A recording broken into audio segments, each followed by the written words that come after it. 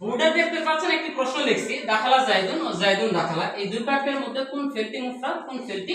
মুরাক্কাব। আমরা জানি ওয়াহিদে মুযাক্কার গায়ব এবং ওয়াহিদে মুআন্নাস গায়বের পূর্বে যদি মুবতাদা অথবা মৌসুফ অথবা মৌসুল অথবা মাতুফ আলাই অথবা মাতুফ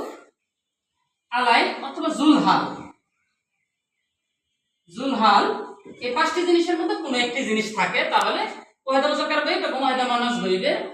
মধ্যে জমিটি ফাইল হয়। আমরা এই বাক্যটা লক্ষ্য করি, এই বাক্যের মধ্যে পূর্বে একটা মারফা আছে, আমরা জানি ফেল না কেন, তাহলে পূর্বে মারফা আছে, তার মানে এটা মুবতাদা, এটা যেহেতু মুবতাদা তার মানে এর মধ্যে জমিটি ফাইল হয়েছে।